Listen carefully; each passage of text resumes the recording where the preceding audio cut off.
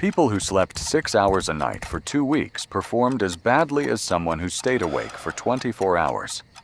The disturbing part was that they thought they felt fine.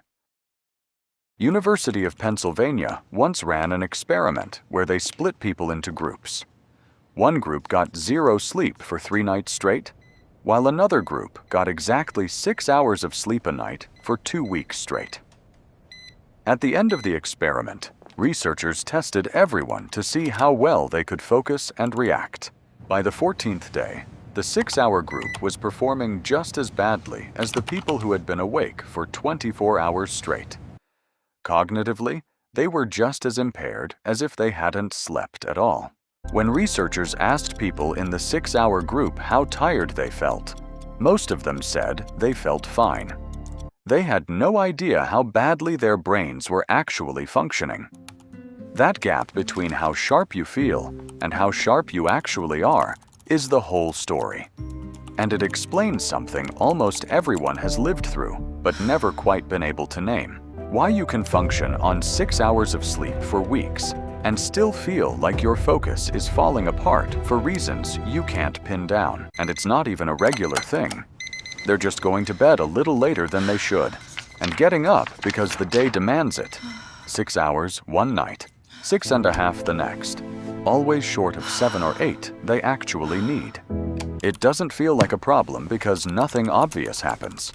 Nobody collapses at their desk. It just quietly builds up in the background. Sleep researchers have a name for this: sleep deficit. The gap between how much sleep your body actually needed and how much it got. And unlike a bank overdraft, nobody sends you a notice when you're behind. It just sits there, night after night, adding up, and that adding up is the whole problem. One short night barely registers, but string together 2 weeks of 6-hour nights, and your brain ends up running as if you hadn't slept in a full day. This deficit doesn't reset just because you feel like you've adapted to it. It's 2 in the afternoon. You've had your coffee, you've eaten lunch, and nothing seems obviously wrong. Yet you're rereading the same paragraph for the 3rd time. A simple decision, like which task to do first, suddenly feels like a lot.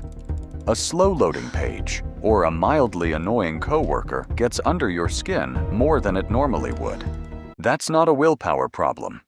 That's a sleep deficit showing up in real time. While you sleep, your brain runs a kind of maintenance shift. It clears out the metabolic waste that builds up during the day, including a protein called beta amyloid that's linked to cognitive decline when it accumulates.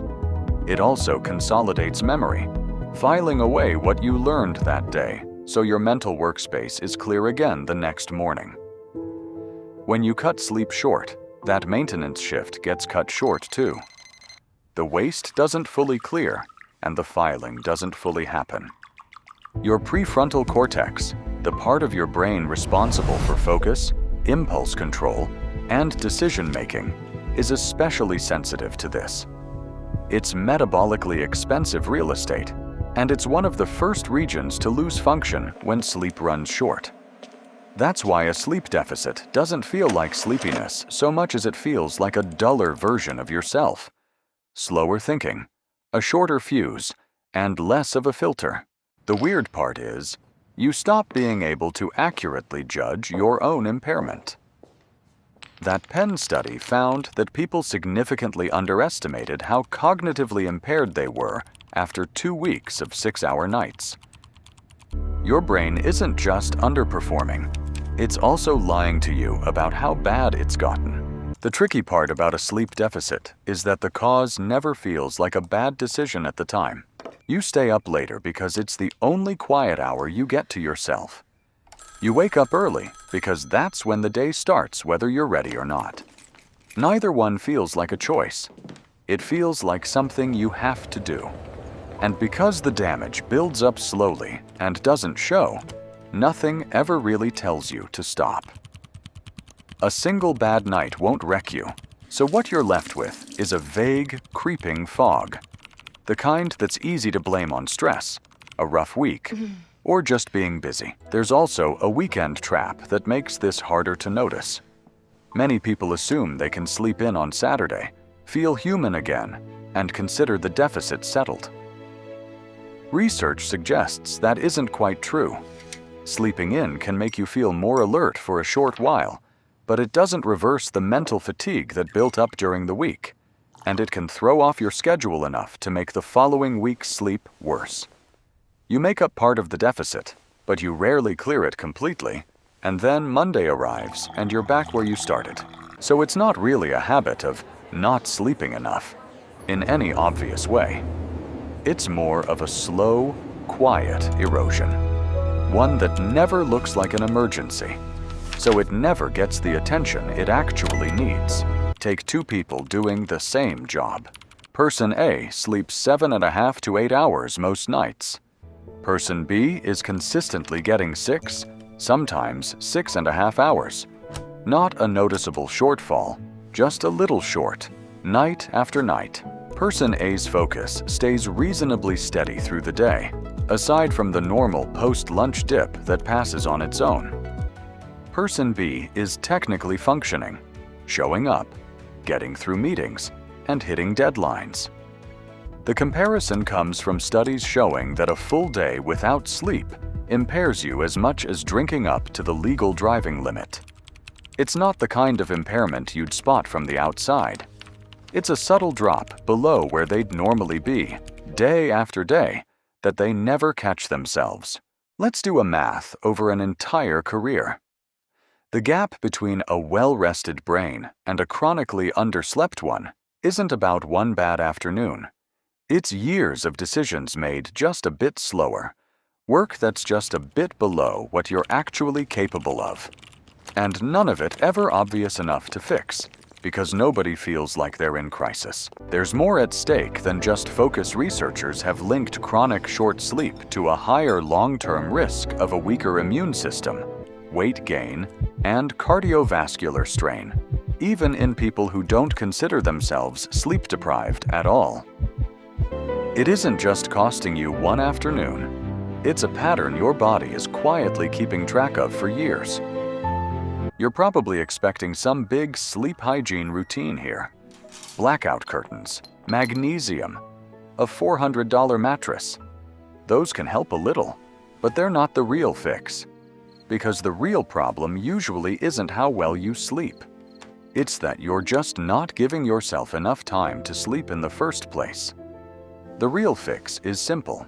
Treat sleep like a fixed appointment you can't skip, the same way you'd treat an important meeting, instead of just whatever time happens to be left over after everything else. In practice, that means picking a wake-up time you can hold 7 days a week and counting backward from it to set a bedtime that gives you a genuine 7 to 9 hours, not the 6.5 you can technically survive on. Consistency matters as much as duration here. Researchers have found that an irregular sleep schedule, going to bed at wildly different times night to night, is linked to worse cognitive performance, even when total sleep hours stay roughly the same. The second piece is protecting the transition into sleep, not just the hours themselves. Most people go from full mental engagement straight into trying to fall asleep, and the brain doesn't switch that fast. Building even 20 minutes of low-stimulation wind-down before bed, dim light, no demanding tasks, measurably shortens how long it takes to actually fall asleep, which effectively buys back sleep time without changing your bedtime at all. And when you do end up with a short night here or there, don't try to fix it with one big catch-up sleep.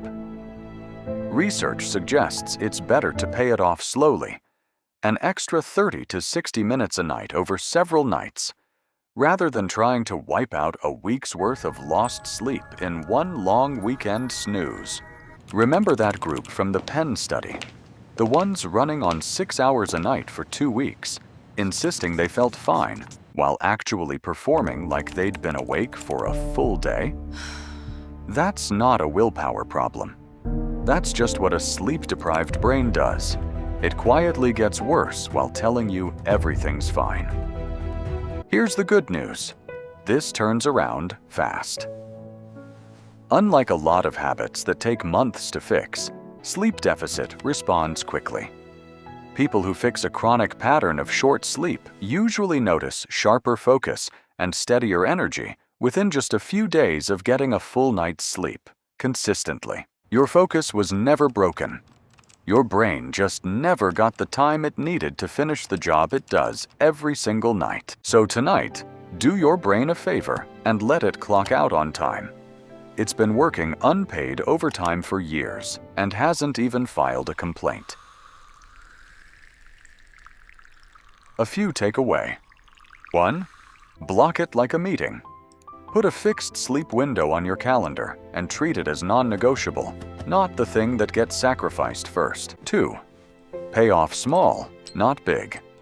If you lose an hour, don't try to fix it with one long weekend sleep-in. Add 30 to 60 extra minutes a night over the next few nights instead. 3. Same wake-up time, every day, even on weekends. This does more to protect your sleep debt than sleeping in ever will. 4. Cut the "just one more thing" hour. Most short nights aren't caused by insomnia. They're caused by staying up an extra hour for scrolling, TV, or chores. That's the hour to protect. 5. Don't trust how you feel. Since your brain underestimates its own impairment, go by hours slept, not by whether you feel fine.